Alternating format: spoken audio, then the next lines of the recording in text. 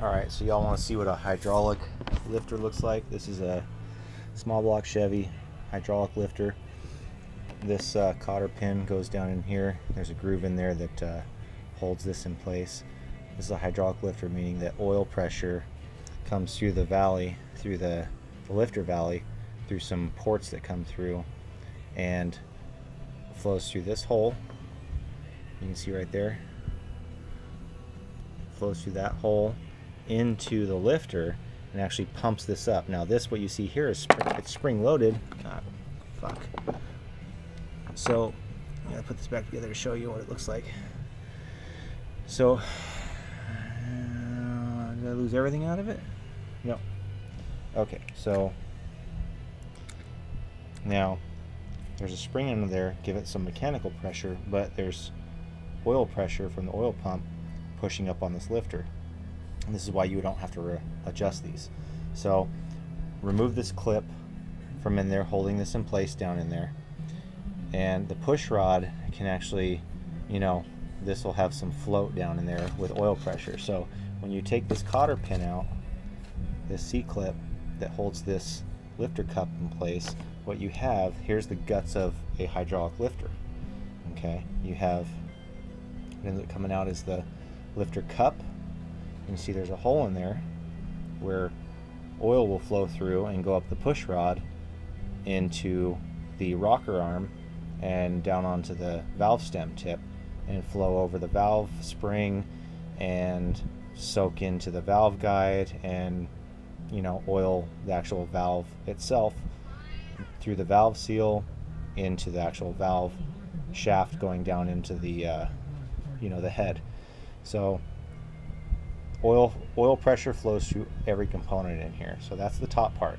So you have oil that flows through here in, and then pressurizes this and pushing up on this to give your valve lash. It's a hydraulic valve lash, and what it'll do is you don't have to adjust these valves because the hydraulic pressure keeps them with the right pressure onto the push rod. So take this off, you have oil flowing through that, and there's a little diaphragm in here. You just pull this next one out. This slides through here, and you see there's a spring. I don't know if you can see in there, but this spring actually gives it some mechanical pressure holding this up while, I'd say, while it's not, the engine is not running, you know, because when the engine is not running, it's going to hold some oil pressure, but it will eventually collapse these lifters. You know, let me put my flashlight in my mouth.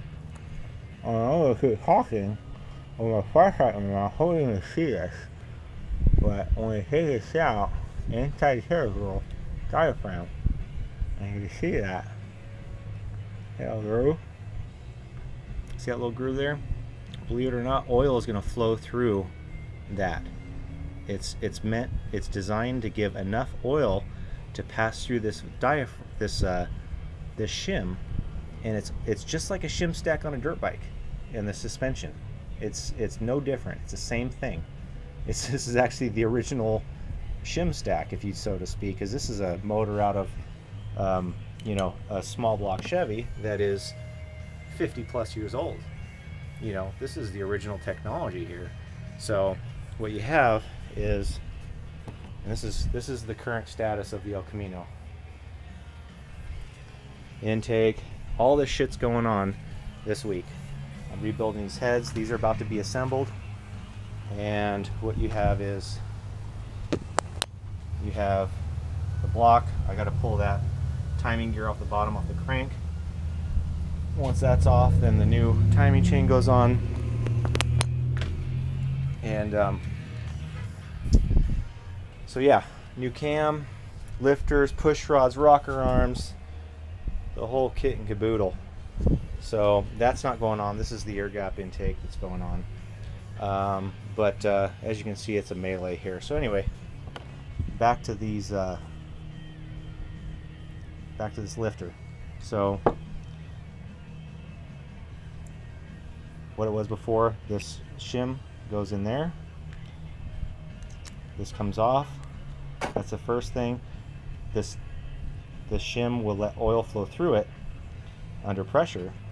And once you pull this out, you can see the oil hole and this channel.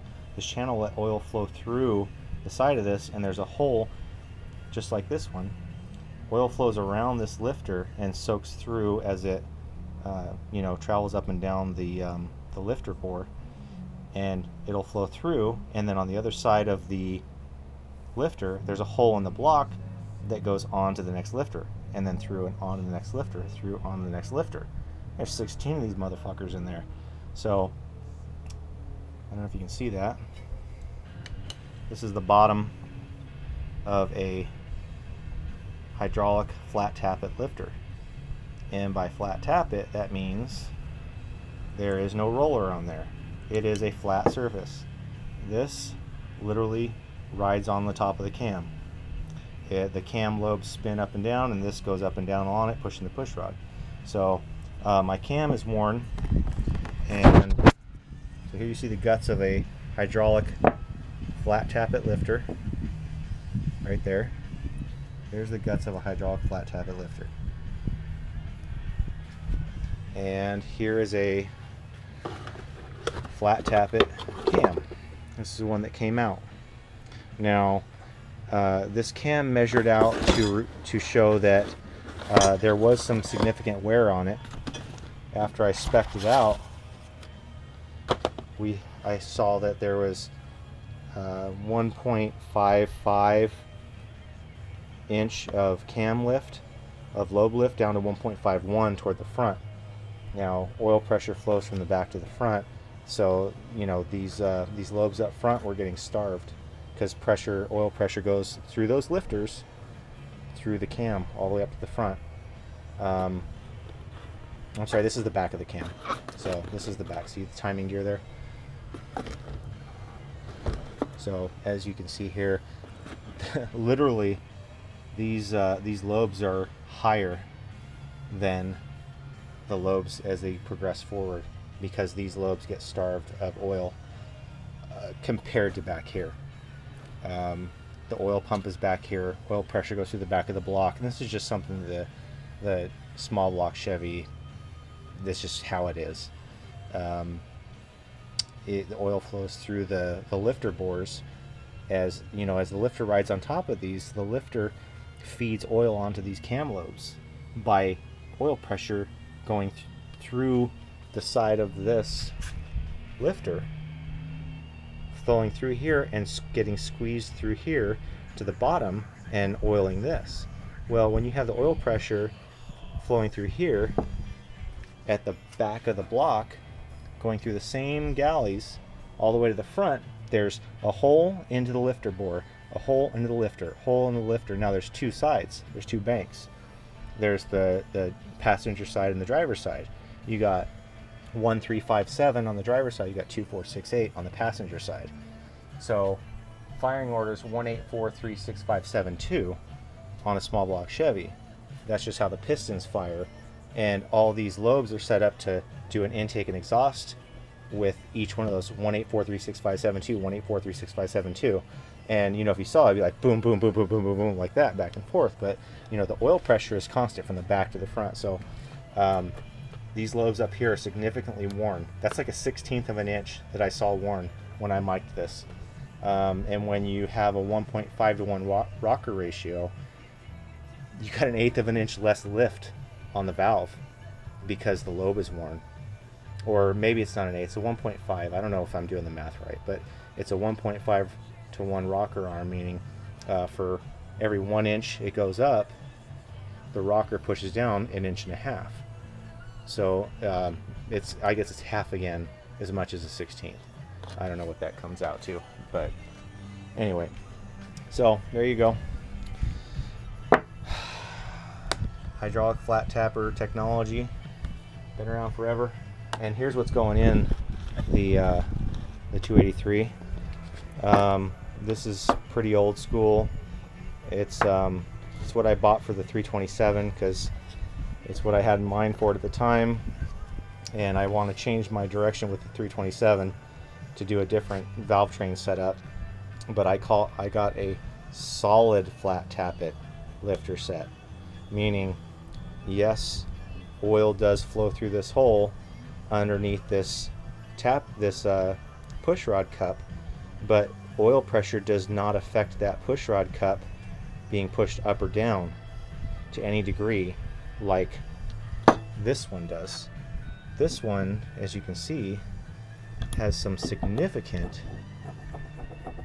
you know, when you get it down in there, there's some significant play in there that the oil pressure will keep in check, but that oil pressure, along with, you know, just the valve train and the, you know, you can't have too aggressive of valve. That's the thing, is you can't have too aggressive of a valve spring and cam with a hydraulic lifter. In most motors driven on the street, you won't get past the pressures that are going to overcome hydraulic flat tappet or hydraulic roller tappet, unless you're getting really crazy aggressive valve lift and you're going super high RPM. The cam that was in the 327 was a Duntov 3030 cam. I know a lot of people might have heard that name, but that was the cam grind of the day. Duntov was a GM engineer that designed you know, stuff for the Corvettes back in the 60s. And the 3030 cam, which the 327 I have over here on this stand, it's a 327 11-to-1 compression, forged crank, forged rods, solid lifter cam, Duntov 3030 cam engine. It's a 360 horse from the factory motor. It's 11-to-1 compression though. So the problem is, out here in California, we don't have gas that can really run that unless you get a cam that can give you enough, you know, that you can get enough overlap to bleed off some cylinder pressure to really drop that compression. So I bought this cam for the 327 before I really did some research and got into it, and it's been sitting on the shelf for years, a couple years now. It's a comp cams, you know, it's a good cam. So it's going in the 283, and the 327 is going to have a little different setup. I'm thinking probably going with a roller lifter, a roller cam, because the grind, the profile on a roller cam is, you can have a much better profile for high horsepower and streetability in one cam, where it's hard to do that with a flat tappet cam, because the lobe lift, the angles on the lobe, the cam lobe, are too aggressive for a flat tappet to deal with. You can see here, if you saw a roller cam, that cam would come way out to here and then come across and then come down way back here, where this is more of an egg shape, as you can see. A roller cam can have an angle that comes way out and then just boom, cuts the angle and comes across to really slam that valve open, hold it open as long as possible, and then slam it shut really quick, where you can't really do that on a flat tappet, because you know, the edges of the flat tappet would get into the lobe profile.